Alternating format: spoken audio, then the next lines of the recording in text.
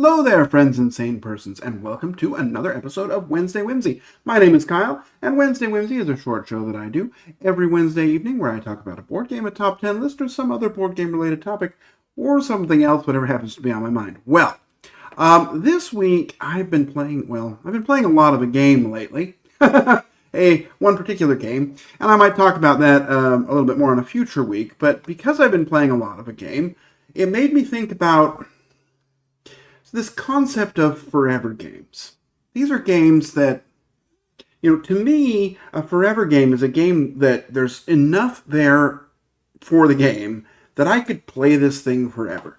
Even though there may be more expansions coming. There may be a lot of expansions already. There may be a lot of content for the game, but there's enough there that if, board game production got shut down tomorrow, I would be okay playing just what I have forever. Well, or at least until I die. So I guess it's rest of my life games rather than forever games. It's still kind of the same thing, I guess, for me. Anyway, I'm just going to talk briefly about these games. They're all games that I rate very highly. We're not going to do that. I'm just going to tell you about them, what I like about them, and why I think they make good forever games. So, let's get going. Number 10.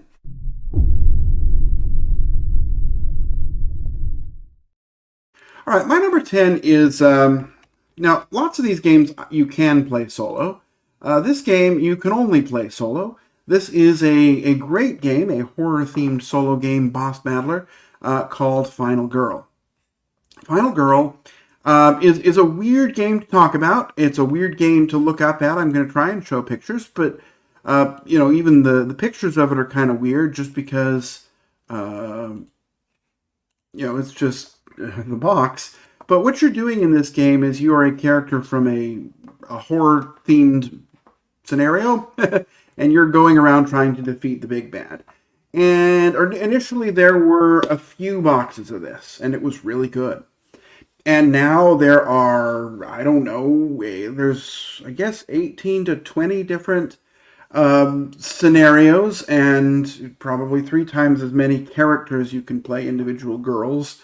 So there's a lot, and there's more coming. This is a game that just keeps giving, and it's all interchangeable. It's a game that I will set up and I'll play scenario after scenario after scenario. And honestly, if no more ever came out, I would have a lot of fun, a lot of combinations, a lot of joy that can be gotten out of this one game.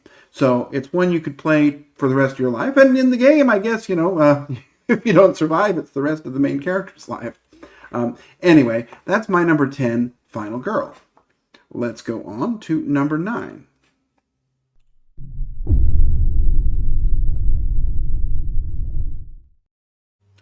My number 9, so number 10 had a lot of expansions, and a lot of these games will. My number 9 does not have very many expansions. In fact, it really only has one, and then a couple sort of modular type expansions. But this is a game that there's so much to it that it just keeps giving for me. And I've played it, I don't know how many times, at least, I could probably tell you.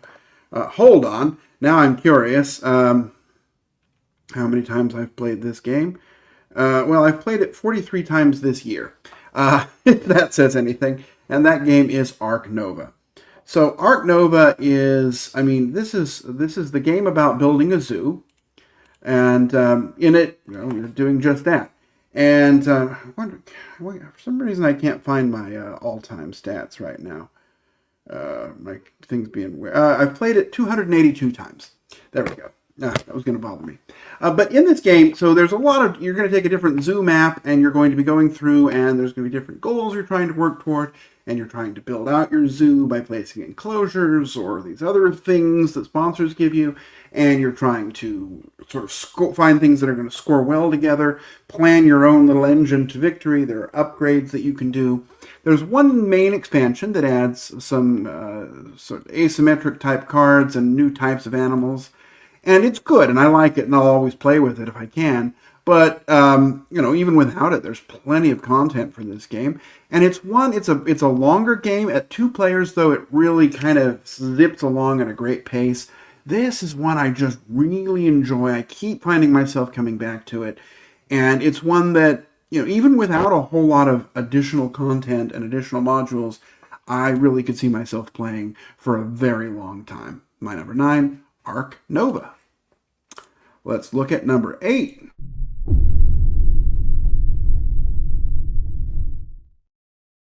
My number 8 is a game that has been out since 2015. Not the oldest game on the list, but it came out, it was recently re-released. This is Ashes, Rise of the Phoenixborn.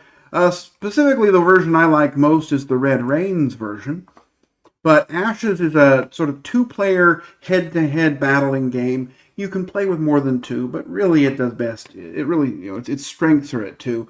You're going to take one of these powerful mages. They have their deck.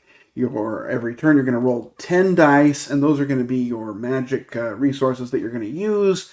And you're trying to do your best to kind of build up an army of your own, attack your opponent, play things, get them to run out their deck. There's a lot of different ways to play. There's a great solo version called Red Rains, and it's redone in Ascendancy in a slightly simpler version, but it's sort of the same concept. Ashes is a game, there were, I think, 6 decks in the base box.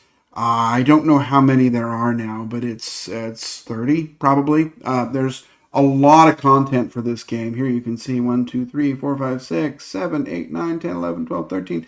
That's 13, 14, 15, plus the 6, 21, but there's still more that I think aren't depicted here. And then there were a few more that came out in the new set. So it's a game with a lot of content here. And especially because you can play it solo, I could see myself just, really going into it. Or if you find somebody who really enjoys it and wants to learn how to play, this is it's a very satisfying experience to play head-to-head with someone. I really enjoy Ashes, and it's one I could see myself playing forever. Let's go to my number 7.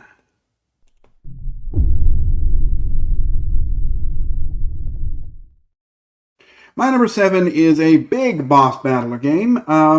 It was my favorite game, I think, from last year. Was it last year or the year before? All the years are blending together. It must have been the year before, based on when it came out. This game is Primal the Awakening. In this game, you're taking on a big monster. You're a little guy or gal with your big weapon, and these big monsters are coming upon you. You are building up your character beforehand if you want, or just playing with kind of the stock deck if you want a level 0. And you're going to be moving around, positioning yourself tactically around a boss, trying to take it down. Oops, I forgot to show pictures. There's not a whole lot of board in the game. It's really just a circle, and you're in one of 4 positions around the circle. You have your own player board, though, where you're playing cards, and you're playing the cards above your board, but you've got equipment down there. The game comes with, I think, 4 characters. There were 2 more in an expansion, and then 2 more just got released. So this is a game where there's a lot going on. It's not light by any means, but it's one you can really jump into. And each of the different bosses has its own feel, its own mechanisms. They all feel very different, and you can try them out at different difficulty levels. There's a new Nightmare version that just came out. I mean, it was out before, but now it's out for all the bosses in case it's not hard enough for you. This is a game you can really jump into. It looks great if it's painted. Mine is, fortunately. My friend Victor painted it for me, so thank you very much.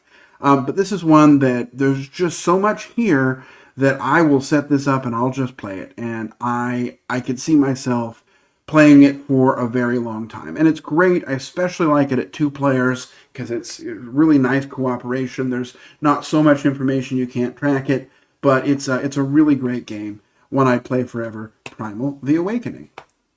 Let's go on to my number 6.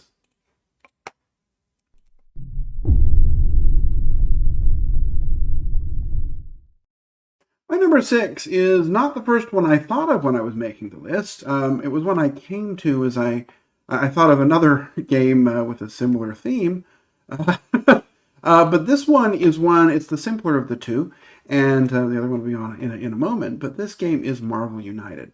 Marvel United is a very small, streamlined, I mean small in terms of rule set, streamlined boss battling game. You're working together, you're controlling a hero from the Marvel Universe, and you're taking down a villain, and you're doing so each turn you're just going to play a card.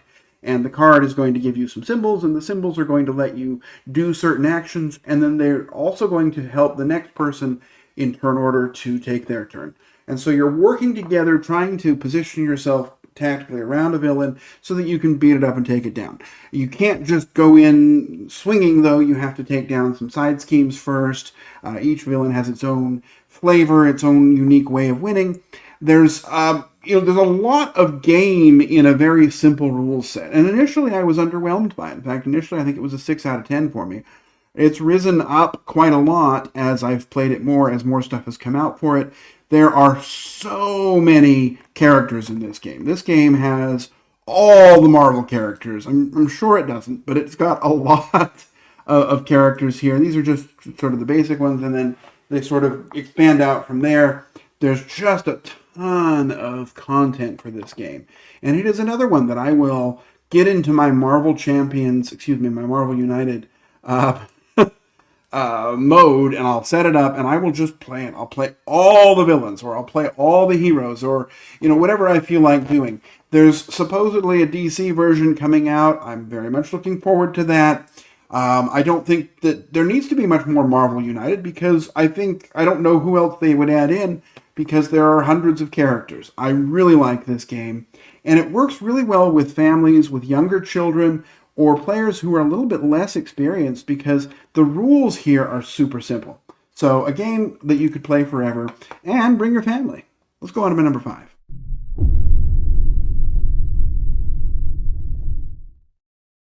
My number 5 is another superhero game. This one used to be my number 2 game of all time. It is my second most played game of all time. I'm always curious about this, but I've played it 1,557 times. This is a game I pretty much have played forever. Came out around 2011, and it was really the first good superhero game out there. This is Sentinels of the Multiverse. In this game, you are another big boss battler. That seems to be a theme here, but you're a character, you're taking down a villain, and these villains they have their own lore about them, their own ways to play, their own things, and each hero feels unique, and you're really, going in and taking down this villain. Now, as the game has expanded, there have been bigger scenarios. There's this epic Oblivion scenario that takes hours to play. And the biggest complaint about this game is that it kind of requires a separate brain to sit in a jar on the table to do all the processing, because there's so much to keep track of. This game's kind of messy. I don't know if it came out today, if I would like it as much, because of some of the sloppy rules overhead. But for the time it came out, it just grabbed me. And I really love Sentinels of the Multiverse. Playing any game you've played over 1,500 times has got to be a good one. And so, it's a game I really have played forever. And I could definitely see myself continuing to do so. There's also a new version of it. Honestly, it's good. I like it. It's great. It's got new characters and it's fun. But there's enough stuff here that you never need anything new for it. So, another forever game. My number 5, Sentinels of the Multiverse. Let's look at number 4.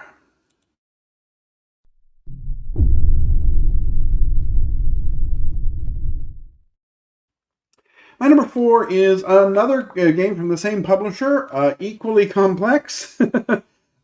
Great solo, and interesting cooperative as well. This is my number 4, Spirit Island. In Spirit Island, you are working together as nature spirits, trying to take down these settlers, trying to discourage them from moving into your island. Each of the different spirits has its own way to play. They've got unique decks, they've got unique powers and abilities, and they all feel very different and very thematic and have different approaches of how they're doing things. If the game is too easy for you, there are a bunch of ways to complicate it. You can add scenarios, you can add different identities for the invaders so that they have special abilities. You can You play more complex spirits. You can play with more boards. There's a lot of ways to make it more complicated. I honestly just like playing a base sort of zero level Spirit Island. It's a very interesting game. Sure, I'll win more than I'll lose, but that's fine. But sometimes I will play with a scenario or play with the invaders. It's a lot of fun. There's really quite a lot of spirits. I think I did I do my top 20 spirits a couple years ago when I talked about this on Wednesday Whimsy? I know I did my top 10. I really like this game. It's one that I'm just always in the mood for. We have a church conference, and sometimes when that's going on, I'll set this up and play while I listen in the background because it helps me focus to kind of have something else to do. But it's a great game. I really like it solo, which makes it wonderful. It's a good game to learn from someone else. It's kind of a difficult learn and a difficult teach. But it's a great game. My number 4, Spirit Island. Let's look at number 3.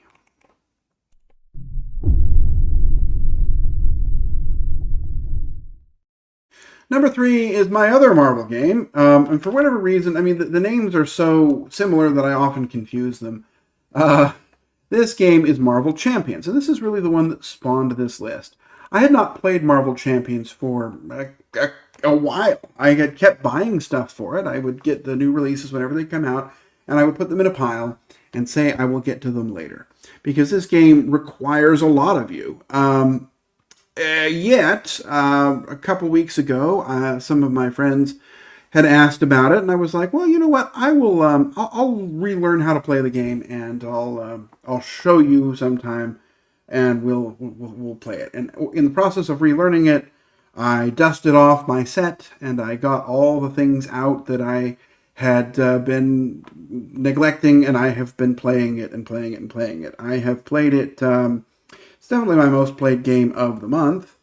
I've played it, for some reason this isn't working again, but I've played it lots of times this game. 34 times this month, so not quite as many as Argnove, but still a lot, and I'll probably play it again after this. So it's a game, and there's so much for it. They don't have as many heroes as Marvel United, but there really are quite a lot, and there's a lot of villains, and initially that was my complaint with it, is that there weren't enough scenarios.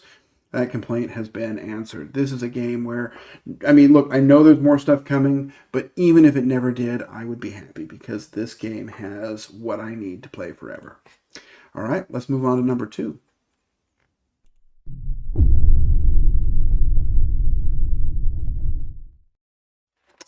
All right, my number 2 is another game that I play a lot of, and it's one that I talk about a lot. It's not, well, my number 2 and 1 are probably easy to figure out. This is the game that my young friends from church really enjoy. This is Unmatched. Now, Unmatched, similar to Marvel Champions, is a game that when it came out, I was like, well, this is great. It just needs more. And we have gotten more. This is in 6 boxes upstairs at this point. There's so much content here. Each game you'll take a character.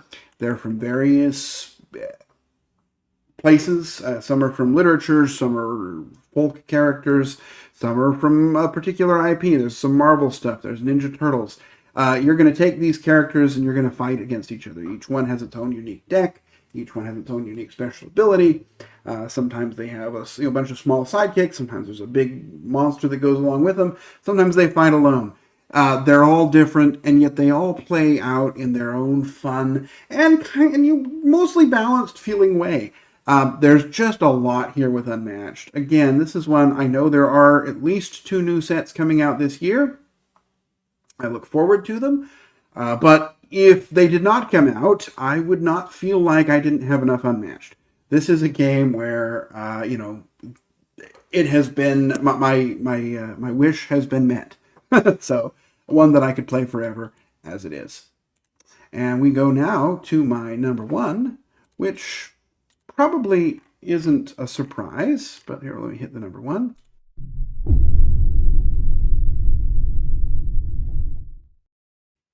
My number 1 is my favorite game of all time. It sounds like there's a bee in here.